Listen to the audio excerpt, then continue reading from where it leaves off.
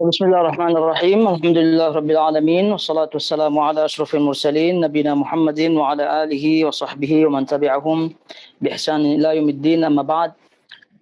Jadi alhamdulillah tentunya kita senantiasa bersyukur kepada Allah Azza wa Jalla atas nikmat-nikmat adalah apa yang kita rasakan dari kebaikan, dari nikmatnya sempurna kita rasakan alhamdulillah, sehingga tadi harus bagi seorang hamba untuk mewujudkan nikmat tersebut kepada hal-hal yang diridhai dan dicintai olehnya Rabbul Alamin, sehingga itu bernilai ibadah, bernilai amal soleh yang diterima olehnya, kemudian menjadi pemberat timbangannya pada saat akan ditimbang di Al-Mizan nanti pada hari kiamat. Baik, Ayuhal akhwat jamaah semua yang dirahmati Allah Azza wa Jalla, sekarang tentunya kita akan melanjutkan bahasan rutin kita, yaitu kitab At-Tauhid yang kita bacakan dari Sahih Al-Bukhari, dan telah sampai bahasanya pada bab yang keempat. Pada bab yang keempat, yaitu di situ bab qaulullah ta'ala, babun qaulillahi ta'ala alimul ghaibi fala yuzhiru ala ghaibihi ahada. Kemudian di situ beliau meriwayatkan kepada kita beberapa hadis yang berkaitan dengan bab ini. Baik, jadi kalau kita melihat di situ bab yang disampaikan oleh Al-Imam Al-Bukhari rahimahullahu taala itu kaitannya dengan sifat Allah, yaitu ilmu. Sifat Allah yang berupa ilmu, yaitu pengetahuan. Karena Allah Subhanahu wa taala memiliki nama alim, zat yang mengetahui, kemudian tentunya memiliki sifat al-ilm. Dan selalu kita ingatkan bahwa nama Allah Subhanahu wa taala itu mengandung sifat baik yang dilihat dari sisi dilalah at-tadammun atau dilalah al-iltizam sebagaimana pernah kita sebutkan. Nah, tentunya Imam Al-Bukhari rahimahullahu taala menyampaikan kepada kita bab ini supaya kita lebih faham bahwa ilmu Allah itu menyeluruh. Ilmu Allah itu menyeluruh.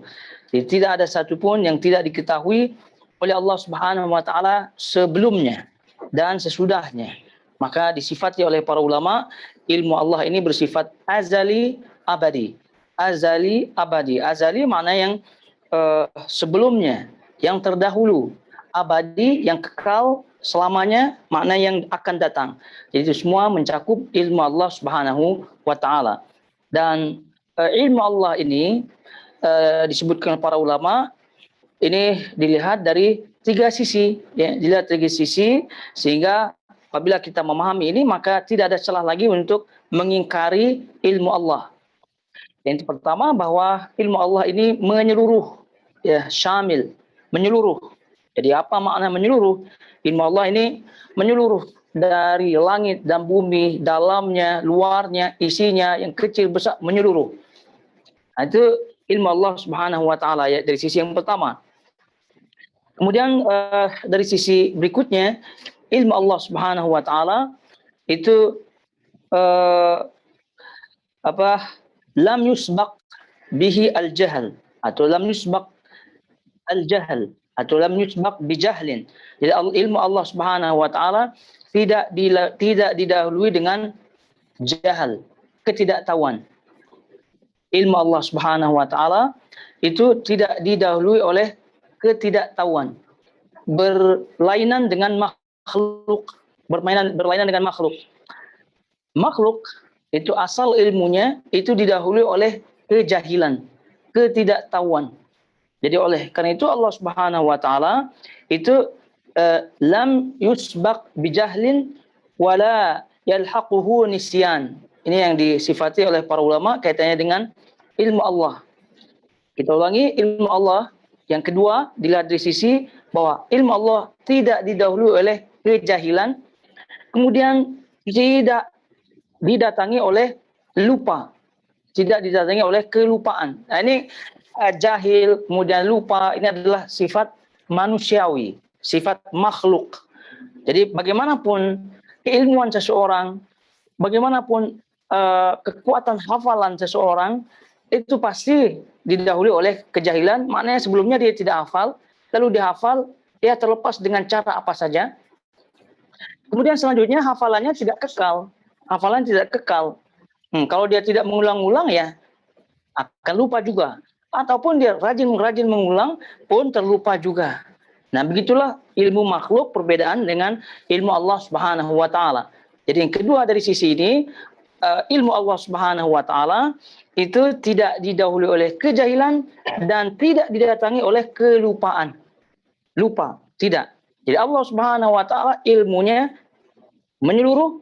Pertama tadi kita sebutkan ilmunya memang sempurna dari awal. Kemudian selanjutnya yang ketiga yang tadi sudah kita sebutkan, ilmu Allah azali abadi. Ilmu Allah azali abadi. Azali makna yang terdahulu, ya. Kemudian abadi maknanya kekal yang akan datang. Jadi itu adalah tiga sisi dilihat dari ilmu Allah Subhanahu wa taala. Jadi kalau sudah kita paham tiga sisi ini, maka tidak ada celah lagi untuk orang itu mengikuti pemahaman Qadariyah. Di mana pemahaman Qadariyah ini adalah pemahaman yang menyatakan takdir Allah Subhanahu wa taala tidak terkait dengan ilmu Allah. Nah, ini tentu sesat dan menyesatkan. Ada apa tidak kelompok Qadariyah zaman sekarang? Mungkin dari segi nama mungkin saja tidak ada.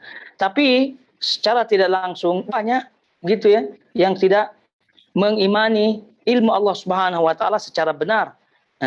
Jadi banyak kaum liberal, ya, kaum apalagi ateis dan juga kaum muslimin sebagiannya yang mengikuti mereka, yang terpengaruh dengan mereka. Nah, dan itu konsekuensi mengimani ilmu Allah Subhanahu wa taala dengan sebenarnya sesuai dengan pemahaman Ahlus Sunnah wal Jamaah yang sebenarnya dari sahabat Nabi, kemudian tabi'in, kemudian tabi'in, ini tentu akan menghasilkan faedah yang sangat besar. Yang pernah ini kita sebutkan.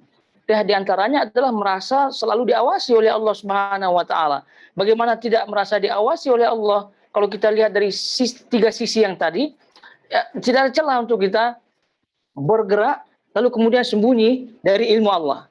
Sisi pertama syamil, tadi kita sebutkan menyeluruh ilmu Allah. Jadi di mana kita mau sembunyi? Tidak ada. Kemudian ilmu Allah itu tidak didahului oleh kejahilan, kemudian tidak ada yang lupa bagi Allah, tidak ada yang terluput bagi Allah Subhanahu wa taala. Terus kita mau kemana? Nah, kemudian ilmu Allah azali abadi, semua ditahu, sebelum dan sesudah ditahu. Jadi kita pun kemana kita? Mau kemana? Jadi tidak ada yang tidak diketahui oleh Allah Subhanahu wa taala. Nafas kita, gerakan hati kita, gerakan lisan kita, semuanya diketahui oleh Allah Subhanahu wa taala. Dan ilmu Allah Subhanahu wa taala ini adalah maratib al-qadar yang pertama, yaitu tingkatan takdir Allah Subhanahu wa taala yang dijelaskan oleh para ulama yang posisinya pertama. Nah, kita ketahui bersama ya, maratib al-qadar, tingkatan takdir. Ada ilmu, ya, ada tulisan kitabah, ada masyiah kehendak, ada al-khalq ciptaan. Ada al-khalq ciptaan. Ini tiga tingkatan takdir Allah Subhanahu wa taala. Yang pertama ilmu, ini dia ilmu yang dilihat dari segi tiga sisi tadi yang menyeluruh, yang tidak didahului oleh kejahilan, yang tidak ditandingi oleh kelupaan, kemudian azali abadi, menyeluruh semuanya. Jadi tidak dikatakan beriman dengan takdir Allah Subhanahu wa taala dengan keimanan yang sempurna selama dia tidak mengimani ilmu ini dengan sempurna. Kemudian kitabah, kita sebutkan bahwa Allah Subhanahu wa taala menulis semua takdirnya. Kemudian masyiah, semua yang berlaku, semua yang terjadi, apa-apa fenomena, peristiwa pandemi sekarang ini kita rasakan, semua itu sudah atas kehendak Allah Subhanahu wa taala. Nah, kalau sudah atas kehendak Allah Subhanahu wa taala, maka itu pasti ada hikmahnya. Baik kita ketahui maupun kita tidak ketahui. Jadi seorang muslim hendaknya memahami takdir Allah Subhanahu wa taala dengan pemahaman yang benar, kemudian dia pun akan menghasilkan buah yang manis. Dari pohon iman dia terhadap takdir Allah Subhanahu wa taala.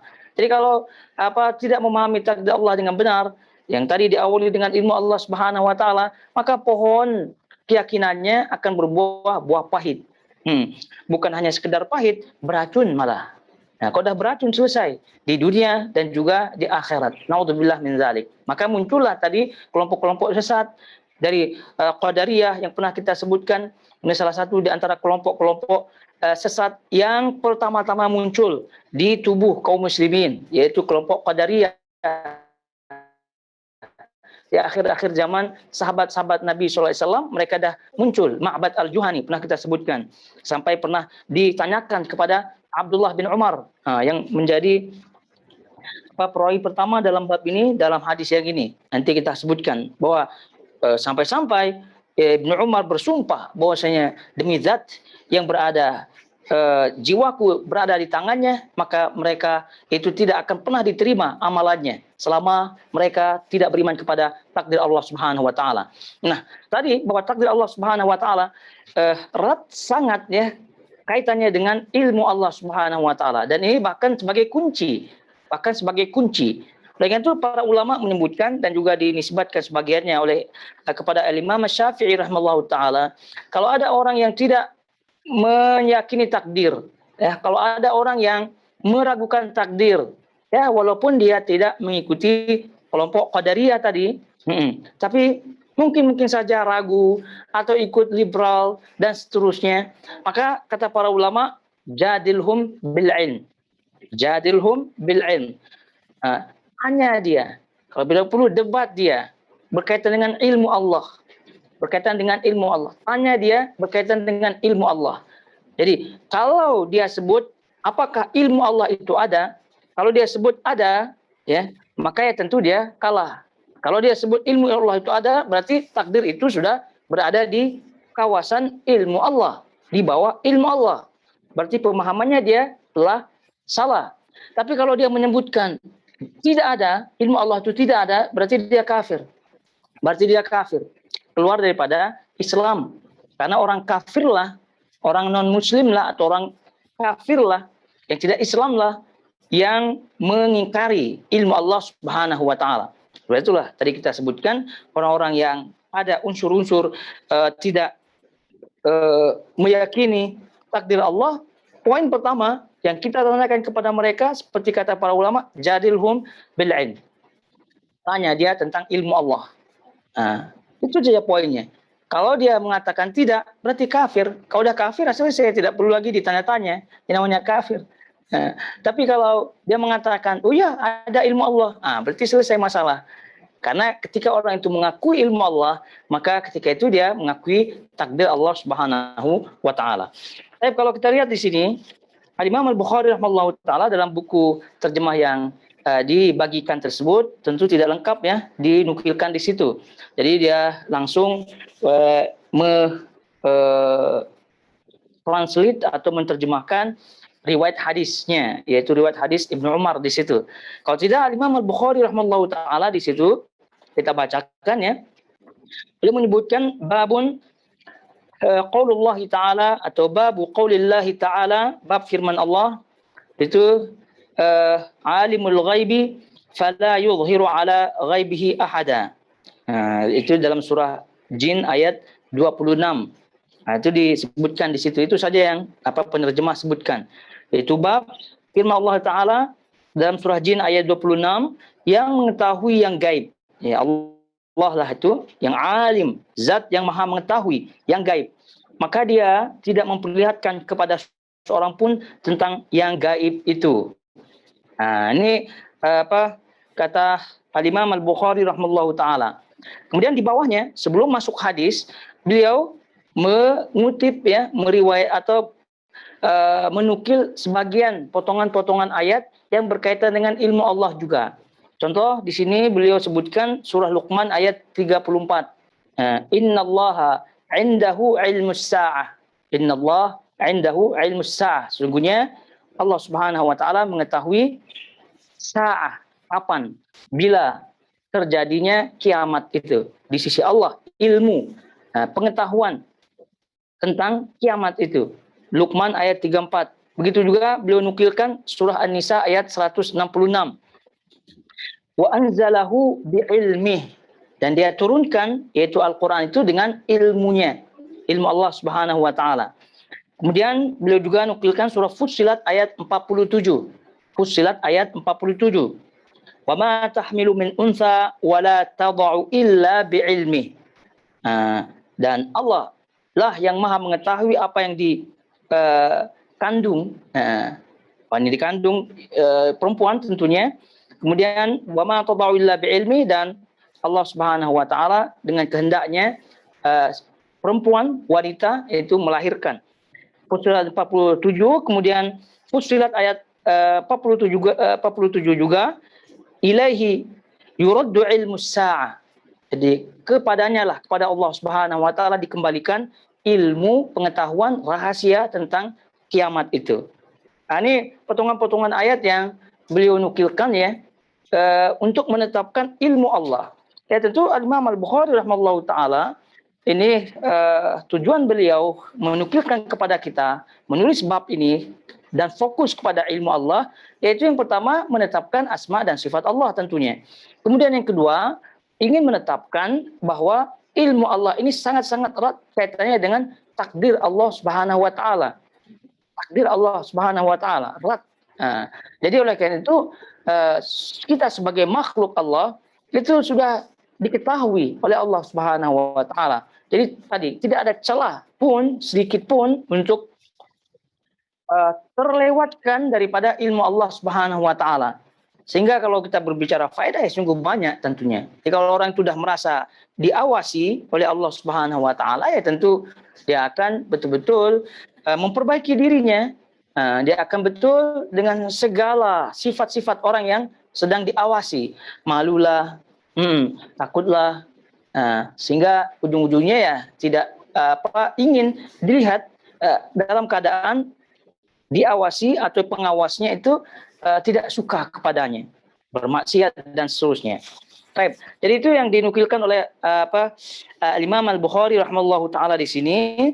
Nah, tentu yang pertama di situ surah Jin ayat 26 yang disebut dalam terjemah ini.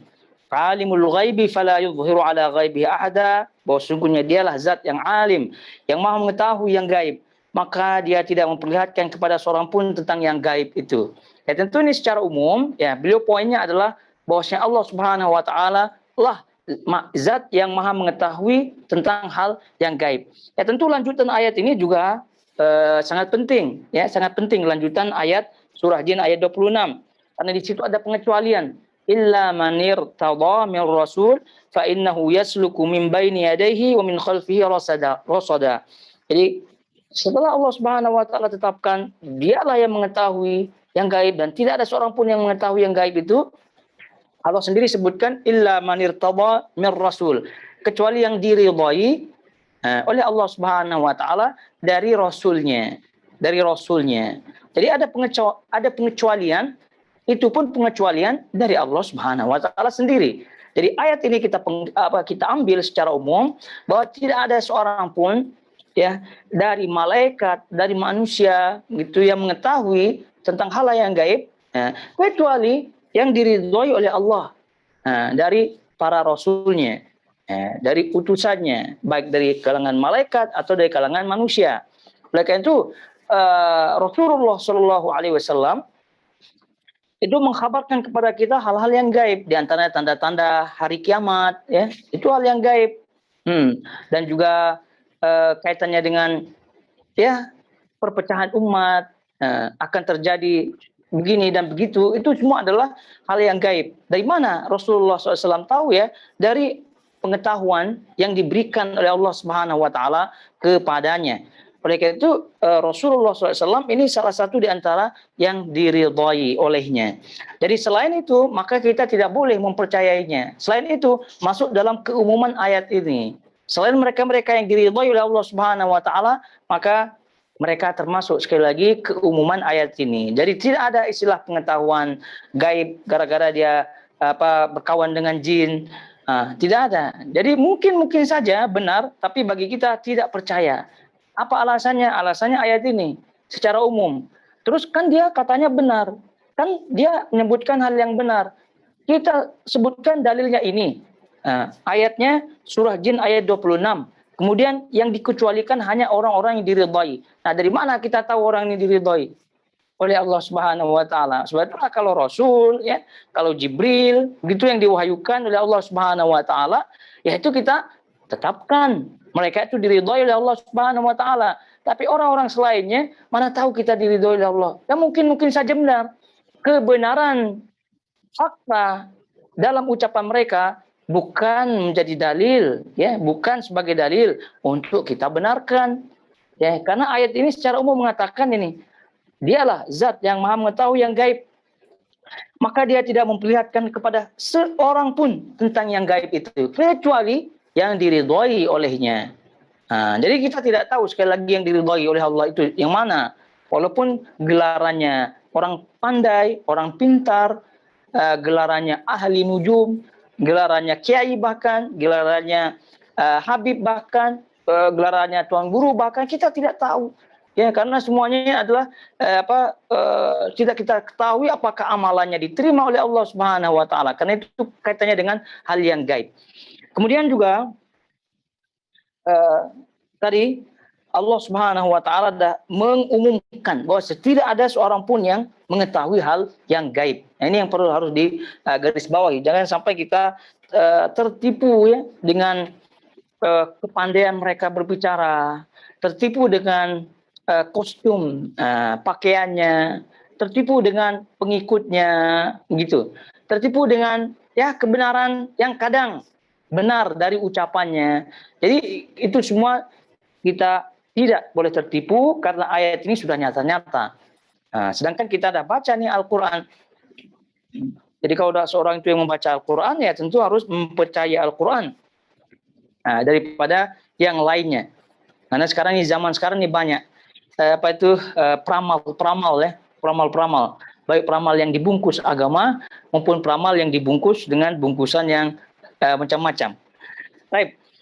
Jadi itu surah Jin ayat 26, tadi surah Luqman ayat 34 berkaitan dengan kiamat, berkaitan dengan An-Nisa ayat 166, kaitannya dengan ilmu Allah Subhanahu wa taala Al-Qur'an ya. Anzalahu bi ilmi, surah An-Nisa ayat 166, bahwasanya Al-Qur'an itu disebutkan oleh dalam tafsiran para ulama di antara makna daripada surah An-Nisa ayat 166 bahwasanya Al-Qur'an itu diturunkan dengan ilmu Allah. Itu yang pertama adalah Al-Quran itu mengandung sebagian ilmu Allah. Al-Quran itu mengandung sebagian ilmu Allah. Di mana di situ disebutkan hal-hal yang diperintahkan oleh Allah, hal-hal yang dilarang oleh Allah itu bagian daripada ilmu Allah. Ya kalau tidak ada Al-Quran, bagaimana kita mengetahui Allah itu suka, Allah itu tidak suka, Allah itu memerintahkan kepada kita untuk sholat, memerintahkan membayar zakat, birrul walidain. Dari mana kita ketahui? Itu semua hal yang gaib, itu tidak. Tapi dengan diturunkannya Al-Quran, maka itu kita ketahui. Itu Al-Quran berarti mengandung ilmu Allah Subhanahu wa taala. Tentunya Al-Quran ya tidak boleh lepas tentunya dari hadis Nabi Shallallahu alaihi wasallam. Karena hadis Nabi Shallallahu alaihi wasallam inilah yang merincikan, yang menjelaskan makna keumuman perintah Allah Subhanahu wa taala dalam Al-Qur'an. Itu yang diistilahkan oleh para ulama usul, ada yang mujmal, ada yang berbentuk global, masih umum, ditafsir, dirincikan, diterangkan oleh hadis Nabi SAW yang itu diistilahkan sebagai al-mubayyan dalam ilmu usul al-fiqh dan juga ilmu tafsir. Baik. Sampai akhir kata beliau rahimahullahu taala, dan beliau menyampaikan tafsir ya salah seorang ulama ini sebelum masuk hadisnya. Jadi setelah beliau nukil potongan-potongan ayat yang tadi kita sebutkan, di mana ayat-ayatnya yang mungkin dicatat saja. Kemudian sebelum masuk hadis beliau menyampaikan qala Yahya. Ini biasa Al-Imam Al-Bukhari rahimahullahu taala menukilkan ucapan sebagian ulama ya untuk menguatkan tafsiran, untuk menguatkan bab yang beliau sampaikan. Nah, qala Yahya di sini kata para ulama, Yahya ini adalah Yahya bin Ziyad bin Abdullah Ad-Dailami Abu Zakaria Al-Farra, terkenal dengan Al-Farra. Itu Yahya, di sini maksudnya adalah Yahya bin Ziyad bin Abdullah Ad-Dailami. Nah, Ibnu Hajar mengatakan Yahya bin Abi Ziyad Al-Farra An-Nahawi. Nah, jadi beliau ini adalah seorang ahli bahasa. Ya, jadi ahli bahasa Arab tentunya. Meninggal tahun 207 Hijriah. Di sini udah di sebelum Al-Bukhari. Ya, jadi kenapa beliau menyampaikan ucapan Yahya ini? Karena beliau ini terkenal dengan ahli bahasa Arab. Karena Al-Quran itu kan jelas bahasanya dari bahasa Arab. Nah, jadi beliau tidak sembarang menukil ya. Jadi walaupun beliau ini ahli hadis dan seterusnya ya, beliau pun rujuk kepada ahli lughah, ahli bahasa. Jadi Yahya bin Ziyad bin Abdullah Ad-Dailami Abu Zakaria Al-Farra An-Nahawi. Nah, jadi beliau terhitung imam ya di dalam bahasa Arab. Imam dalam bahasa Arab. Sebagaimana halnya Bukhari imam dalam hadis. Nah, ini Al-Farra atau Yahya yang disebut ini adalah Imam Al-Arabiyah. Beliau disebut thiqah, wara orangnya, memegang ajaran-ajaran agama Islam. Nah, tadi kita sebutkan meninggal tahun 207 Hijriah. Apa kata Yahya? Nah, apa kata Yahya ini? Al-Farra menyebutkan kaitannya dengan ilmu Allah. Al-zahiru ala kulli syai' ilman wal batin ala kulli syai' ilman. Al-zahir ala kulli syai' ilman. Itu al-zahir. Ya, jadi kalau kita melihat Allah Subhanahu wa taala menyebutkan tentunya di dalam beberapa ayat ya. Dalam ayatnya kemudian juga disebutkan juga oleh Nabi alaihi salatu wasallam dalam hadis-hadisnya. Jadi dalam surah Al-Hadid ya, contohnya di situ surah Al-Hadid ayat 3 disebut huwal awwalu wal akhir wal zahiru wal batin. Ini kaitannya dengan tafsir Yahya Al-Farra tadi. Karena ini tidak disebutkan dalam terjemahnya ya. Nah, ini kita sebutkan karena memang Bukhari dalam kitabnya aslinya disebutkan. Jadi kata Al-Farra atau Yahya tadi, al-zahir ala kulli syai'in ilman wal batin ala kulli syai'in ilman, maksudnya adalah seperti firman Allah dalam surah Al-Hadid ayat 3. Dalam surah Al-Hadid ayat 3, huwal awwal wal akhir wal zahir wal batin. Itu maksudnya. Jadi apa maksudnya al-awwal wal akhir wal zahir wal batin? Itu dijelaskan oleh Nabi alaihi salatu wasallam dalam hadisnya yang sahih riwayat Imam Muslim. Huwal akhir huwal awwalu falaysa qablahu syai'. Wal akhir jadi al awwal wal akhir wal zahir wal batin. Jadi yang pertama ya wal awwal tidak ada sebelumnya. Ya, al akhir tidak ada yang setelahnya. Kemudian al zahir, yang zahir maknanya yang tinggi ya, tinggi, tidak ada yang melebihi ketinggian Allah Subhanahu wa taala. Al batin dia yang paling mengetahui suatu semua sesuatu. Dia mengetahui semua sesuatu. Jadi awal, akhir, ini ya, ibaratnya sebagai apa? Al-azali, al-abadi.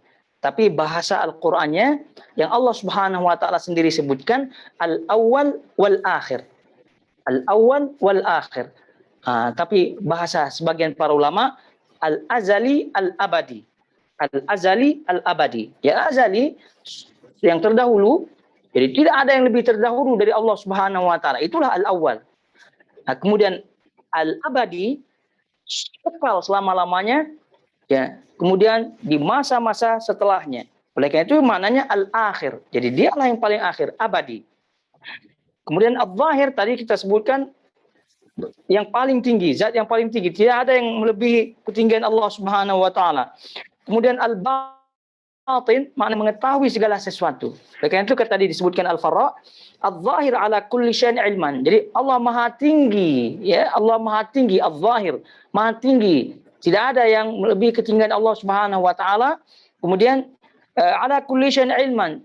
Dengan ketinggiannya itu Allah Subhanahu wa taala mengetahui seluruh keadaan makhluknya.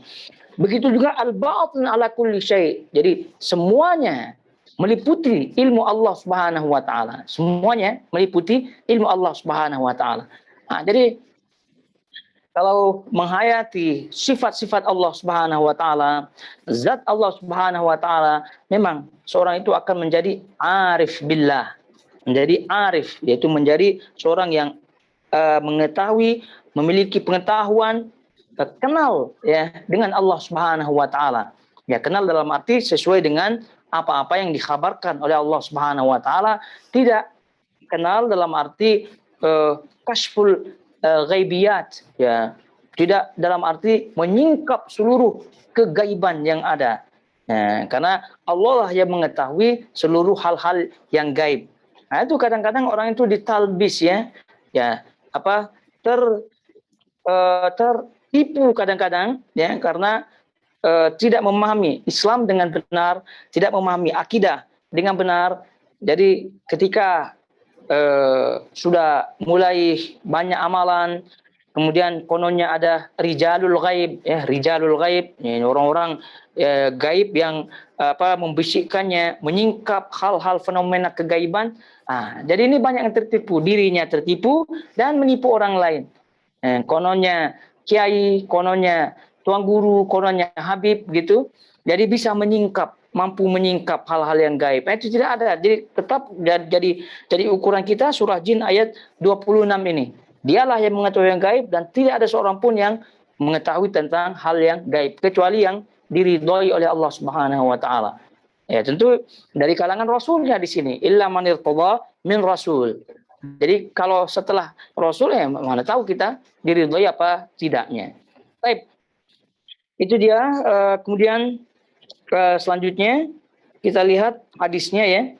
Kita lihat hadisnya, kita masuk sekarang pada hadis yang pertama dalam bab ini.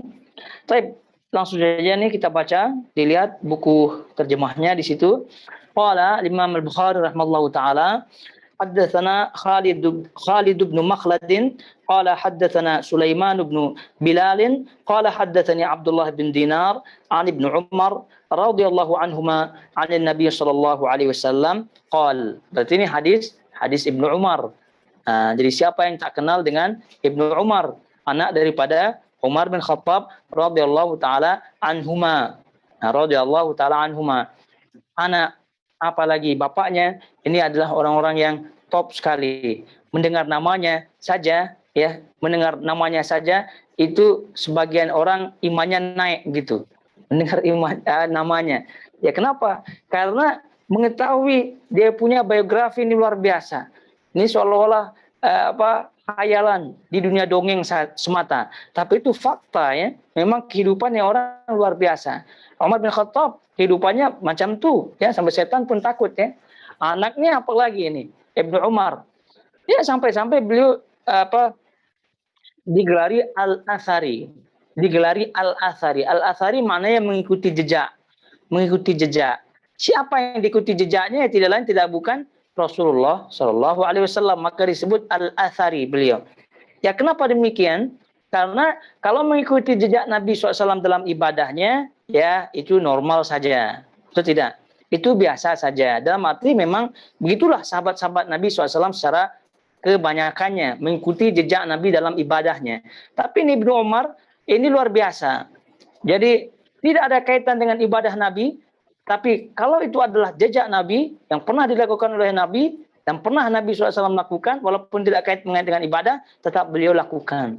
Jadi bahkan pernah tiba-tiba pengikutnya, mananya anak buahnya lah gitu ya, sahabat-sahabatnya, ketika berjalan di suatu jalan dengan untanya, beliau berhenti tiba-tiba gitu. Ini orang belum sampai begitu, tidak ada tempat teduh dan seterusnya, tiba-tiba berhenti Ibnu Umar. Jadi orang itu kaget, pengikutnya yang mengikutinya kaget, anak muridnya dan seterusnya kaget. Nah, kenapa kok tiba-tiba berhenti begitu ya? Dengan cara tertentu berhentinya begitu kan, turun dan seterusnya. Rupa-rupanya alasannya dulu Rasul pernah berhenti di situ. Nah, itu tidak ada kait-mengait dengan ibadah ya. Tapi memang begitulah dia. Jadi semuanya sampai alas kakinya pun itu dia cari bagaimana bentuk alas kaki Nabi SAW. Nah, begitu dia. Tapi Ibnu Umar dia. Jadi walaupun begitu dia tetap dalam ikutan beliau kepada Nabi SAW itu sesuai dengan Nabi SAW, tidak ghulu ya, tidak berlebihan. Walaupun beliau sangat-sangat cinta kepada Nabi, sangat-sangat mengikuti jejak Nabi SAW yang walaupun tidak mengait dengan ibadah, tapi tidak beliau tempatkan Nabi SAW di atas tempatnya, di atas melebihi kedudukannya. Nah, ini sekarang ini masalah nih orang-orang tadi kita sebutkan kan Ibnu Umar mencari betul alas kaki ya, sandal ya, alas kaki Nabi SAW dari mana, bagaimana talinya, bagaimana itu dipakai oleh Ibnu Umar. Sekarang masalahnya apa? Capal istilahnya, itu bukannya dipakai tapi ditaruh di kepala, itu keliru. Ya, keliru paham. Ya, keliru paham. Kononnya bentuk sandal Nabi. Mungkin saja bentuk sandal Nabi. Tapi siapa yang mengalahkan kesemangatan? Siapa yang mengalahkan kesungguhan Ibnu Umar untuk mengikuti jejak Nabi SAW? Siapa? Tidak ada. Zahir maupun batin. Tidak ada.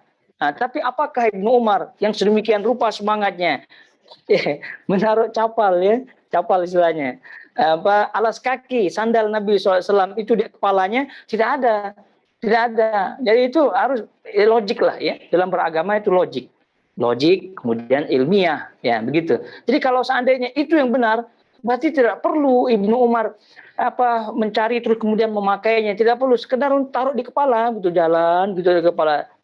Ya, tidak perlu gambar pun, langsung saja gitu. Dan perlu diketahui ya, Ibnu Umar ini adik-beradik, satu ibu, satu ayah dengan Hafsah, Ummul Mukminin. Nah, gitu. Nah, jadi satu ayah, satu ibu. Nah, ini dia sebagai adiknya Hafsah yang lebih tua. Jadi maksudnya apa? Maksudnya ya kalau demikian adanya pastilah ada benda-benda Rasul itu kan, betul tidak, barang-barang Rasul yang tersisa karena kakaknya kan istri Nabi, mesti ada lah begitu. Mungkin tali sandalnya apa. Kalau cara mengamalkan, cara mengikuti jejak Nabi sebagaimana yang kita tengok di sini, gambar capal Nabi itu ditaruh di kepala, ya tentu Ibnu Umar tidak perlu gambar lagi, langsung saja barangnya ditaruh di situ, kemana-mana pergi gitu. Nah, ini cara beragama yang salah paham gitu ya. Ini perlu diluruskan. Oke, jadi Ibnu Umar itu al-Athari ya, walaupun itu tidak sampai demikian lah begitu ya, tapi menunjukkan bagaimana semangat beliau radhiyallahu taala anhu. Jadi kunyah beliau Abu Abdurrahman. Jadi beliau lahir pada tahun keempat dari kenabian, keempat daripada kenabian. Jadi Nabi SAW diangkat menjadi nabi, lalu setelah 4 tahun kemudian beliau dilahirkan. Jadi beliau ini termasuk golongan sahabat-sahabat Nabi SAW, namun terhitung junior, ya, tidak senior seperti bapaknya kemudian yang lainnya. Sehingga awal permulaan peperangan yang beliau ikuti bersama Rasulullah SAW adalah peperangan Khandaq. Perang Badar tak cukup umur, pengen dia ikut ya. Perang Uhud tak cukup umur lagi. Nah, karena yang mencukup umur yang udah balik ya, 15 tahun ke atas. Nah, itu udah boleh diizinkan oleh Nabi SAW. Ini Umar sampai izin. Ini menunjukkan memang dia ini keturunan berani semua. Ya, begitu. Jadi tapi belum cukup umur. Jadi perang Khandaq dah cukup umur. Maknanya dah balik dia umur 15 tahun, dah ikut Nabi SAW. Jadi beliau hijrah ya bersama orang tuanya ke Madinah itu pada tahun pada umur 10 tahun. Ya, pada umur 10 tahun beliau ini. Dan beliau ini tadi digelari oleh para ulama sebagai al-Athari, sebagai seorang mujahid yang zuhud, yang wara'. Jadi yang zuhud, yang wara', bagaimana tidak ya? Jadi kalau dia ingin dunia, Masya Allah, ini Ibnu Umar ya, kalau dia ingin dunia, itu peluang dia untuk menjadi khalifah besar. Ya, ketika bapaknya meninggal dunia, itu peluang untuk dia menjadi khalifah besar sekali. Sebagai pengganti bapaknya. Dan semua orang kenal Ibnu Umar. Semua orang kenal. Dari segi keberaniannya, ya anak Umar. Dari segi ibadahnya, siapa? Kemudian juga beliau adik daripada Ummul Mukminin. Nah, itu kurang apa lagi? Tidak ada yang kurang lagi dah. Sesuai untuk menggantikan ayahnya. Tapi ya begitulah Ibnu Umar menyingkirkan diri dari kedudukan dunia dan seterusnya. Menyingkirkan diri dari fitnah-fitnah yang ada. Jadi beliau termasuk tidak terikut-ikut dari fitnah-fitnah peperangan-peperangan yang terjadi di kalangan sahabat. Perang Jamal, beliau tidak ikut. Perang Siffin, beliau tidak ikut. Jadi beliau tidak ikut. Jadi beliau fokus kepada ibadah pada Allah Subhanahu wa taala, berjihad fi sabilillah. Jadi beliau meninggal tahun 73 Hijriah. Beliau meninggal tahun 73 Hijriah radhiyallahu taala anhuma, kepada beliau dan juga kepada ayahnya. Dan kaitannya dengan ilmu beliau tidak diragukan lagi. Beliau sebagai mufti sahabat-sahabat Nabi SAW, sehingga tidak heran tabi'in yang pada waktu itu yang kita pernah dengar ceritanya ketika Ma'bad Al-Juhani, si pentolan istilahnya, si ketua Qadariyah ini di Basrah sudah mulai campaign ya tentang mazhab Qadar. Jadi mereka ahli Basrah, orang-orang Irak pada waktu itu di musim haji, siapa yang dicari? Ibnu Umar yang dicari. Menunjukkan bahwasanya Ibnu Umar ini di kalangan tabi'in itu sangat-sangat dihormati keilmuannya. Nah, dan juga buktinya beliau ini termasuk minal muksirin ya, termasuk orang-orang sahabat-sahabat Nabi SAW yang banyak meriwayatkan hadis. Ya, beliau tingkatannya kedua setelah Abu Hurairah yang pernah kita sebutkan jumlah-jumlah periwayatan hadisnya. Jadi ini luar biasa dah, lengkap dah nih. Beliau radhiyallahu taala anhu, salah satu di antara yang beliau sampaikan hadisnya adalah ini dia. Jadi jadi Nabi sallallahu alaihi wasallam bahwasanya beliau meriwayatkan daripada Nabi SAW yaitu Ibnu Umar. Qala Nabi SAW bersabda, mafatihul ghaibi khamsun la ya'lamuha illallah, la ya'lamu ma taghidul arham illallah, wa la ya'lamu ma fi ghadin illallah, wa la ya'lamu mata ya'til matar ahadun illallah, wa la tadri nafsun bi ayyi ardin tamut illallah, wa la ya'lamu mata taqumus sa'ah illallah. Nah ini disebutkan oleh Nabi Shallallahu Alaihi Wasallam. Jadi mafatihul ghaib. Di sini kunci kegaiban ada 5. Kunci gaib itu ada 5. Maksudnya hanya Allah Subhanahu Wa Taala yang mengetahuinya. Ya gaib. Apa makna gaib? Jadi gaib maknanya adalah sesuatu yang tak nampak di depan kita. Tidak nampak di depan kita, itu adalah gaib. Oleh karena itu gaib ini dibagi menjadi 2. Ada gaib secara mutlak, ya, ada gaib secara nisbi. Nisbi maknanya tergantung. Nisbi maknanya tergantung. Jadi mutlak maknanya memang Allah Subhanahu wa taala saja yang mengetahui. Tidak ada yang mengetahui selain Allah Subhanahu wa taala. Ada yang nisbi, tergantung. Nah, jadi tergantung orangnya yang tentu diberikan ilmu oleh Allah. Ya sekarang ini kita berada di sini, kawan-kawan kita yang mengikuti kajian sekarang, pada kita gaib, itu kita tidak mengetahuinya, ya. Tapi mungkin ada sebagian yang berhubungan dengannya, mengetahuinya, melihatnya dan seterusnya. Orang-orang di Mekah sana, orang-orang itu di kampung kita, contohnya di rumah kita, di sana, di kampung dan seterusnya. Dalam hal ini sekarang ini gaib, itu hukumnya gaib. Tapi mereka yang saling melihat di situ gaib, begitu seterusnya. Bagi mereka, kepada kita gaib. Tapi kepada kita, antar kita sekarang, tidak gaib. Artinya semua yang tidak nampak itu gaib. Maka sebab itulah disebutkan dalam awal surah Al-Baqarah, Alif Lam Mim, dzalikal kitabu la raiba fi hudal lil muttaqin, alladzina yu'minuna bil ghaib. Alladzina yu'minuna bil ghaib. Mereka lah yang beriman dengan yang gaib. Jadi semua gaib. Nabi SAW gaib. Ya, bukannya Nabi ada, ya ada, tapi nampak atau tidak sekarang? Tidak nampak, itu gaib. Bagaimana? Segitu juga dengan malaikat, begitu juga dengan Allah Subhanahu wa taala, nabi, para anbiya, para rasul, semua itu semua gaib semuanya. Nah, jadi dengan gaibnya itu ya harus dipandang dengan pandangan iman. Baru dia akan nampak jelas dengan wujud nyata berupa amal perbuatan. Nah, jadi gitu alimul ghaib. Jadi seluruh gaib itu yang mengetahuinya adalah Allah Subhanahu wa taala. Kemudian kuncinya disebut di sini, maksudnya 5 hal yang hanya Allah Subhanahu wa taala ketahui, karena bagi manusia ini adalah hal yang gaib. Nah, tentu yang dimaksud di sini adalah gaib yang mutlak ya, gaib yang mutlak. Karena nanti kalau kita lihat di sini kan bayi dalam bayi dalam janin ya, dalam perut ibu. Kan sekarang nampak, boleh dinampak apa itu. Berarti gaib nisbi. Ya, baik tergantung. Ya kalau ada alatnya nampak, kalau tak ada alatnya tak nampak. Tidak kelihatan, itu tidak.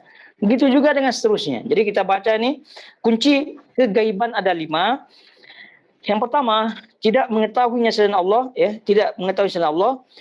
Yang pertama, tidak ada yang mengetahui kandungan yang mengempes, yang gugur berkurangan selain Allah. Nah, di sini maksudnya apa?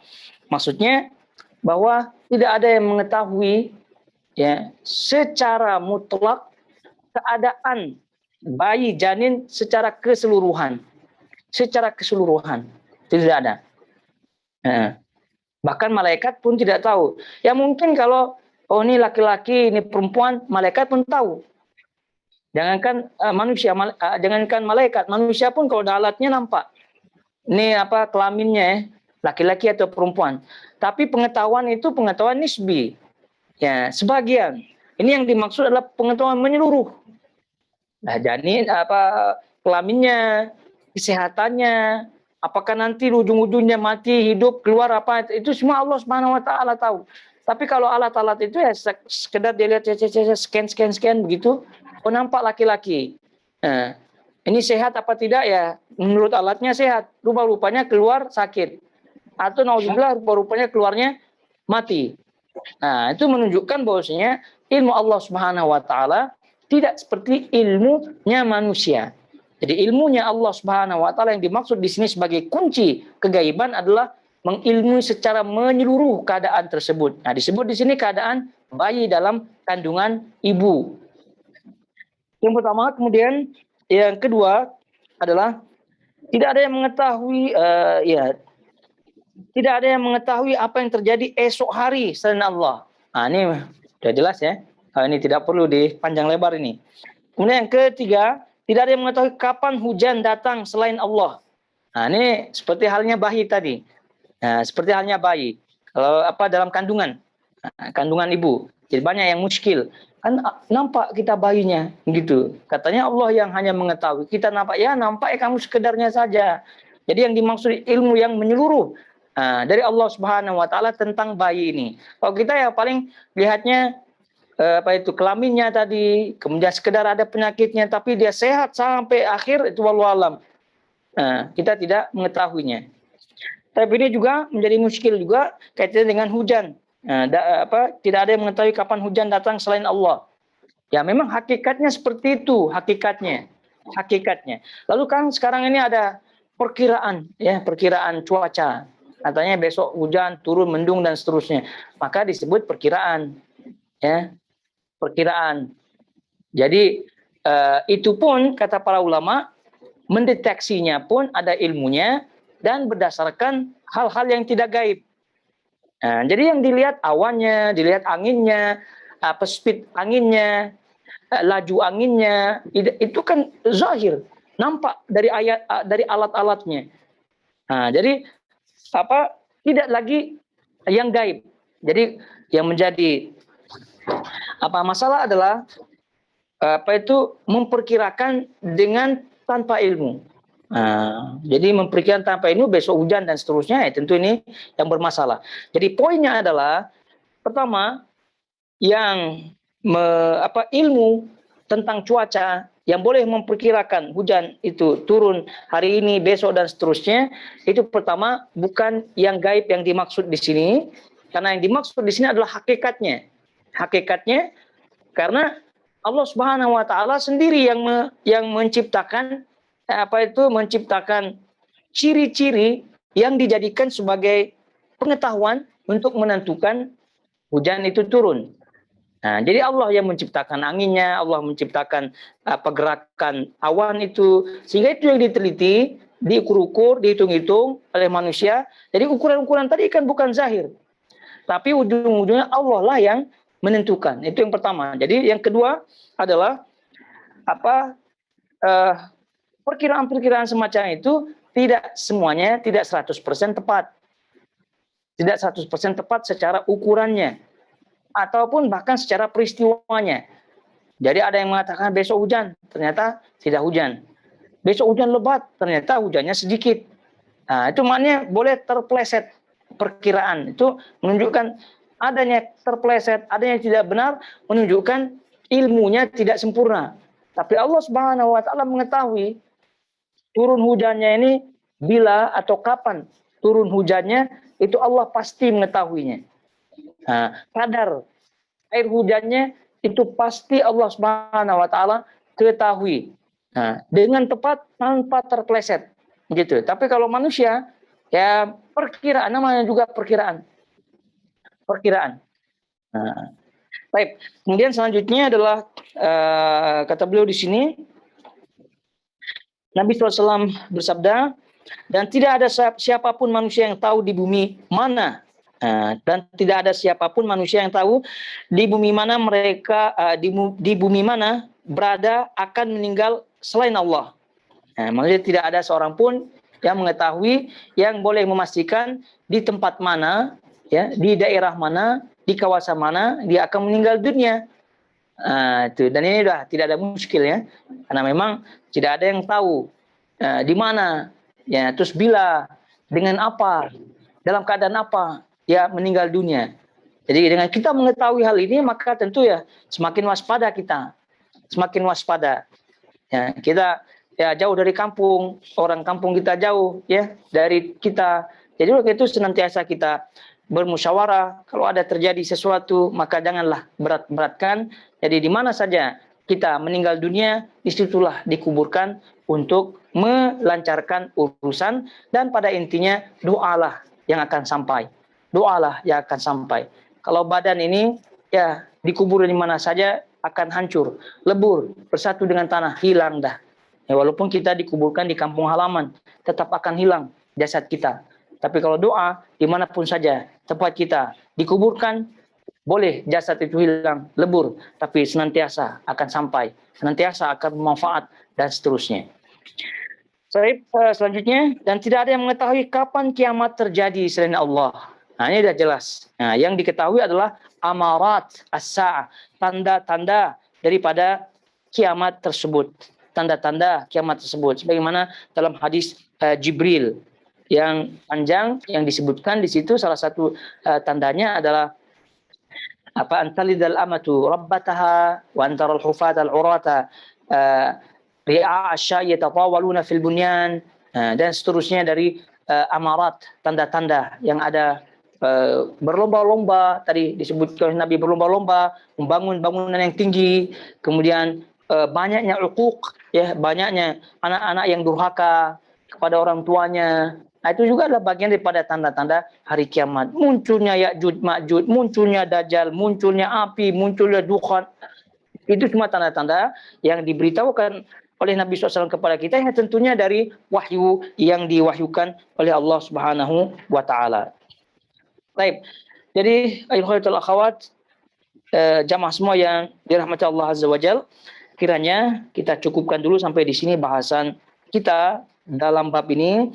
Jadi insyaallah kita akan lanjutkan dalam bab yang sama pada hadis berikutnya, pada kesempatan berikutnya. Semoga Allah Subhanahu wa taala menjadikan kita orang-orang yang beriman, kemudian memberikan kita taufiknya untuk mewujudkan, mengamalkan keimanan tersebut dengan cara yang benar, sehingga Allah Subhanahu wa taala meridhai kita, keluarga kita, dan juga kaum muslimin. Wassallallahu ala nabiyina Muhammad wa ala alihi washabbihi wasallam. Wassalamualaikum warahmatullahi wabarakatuh.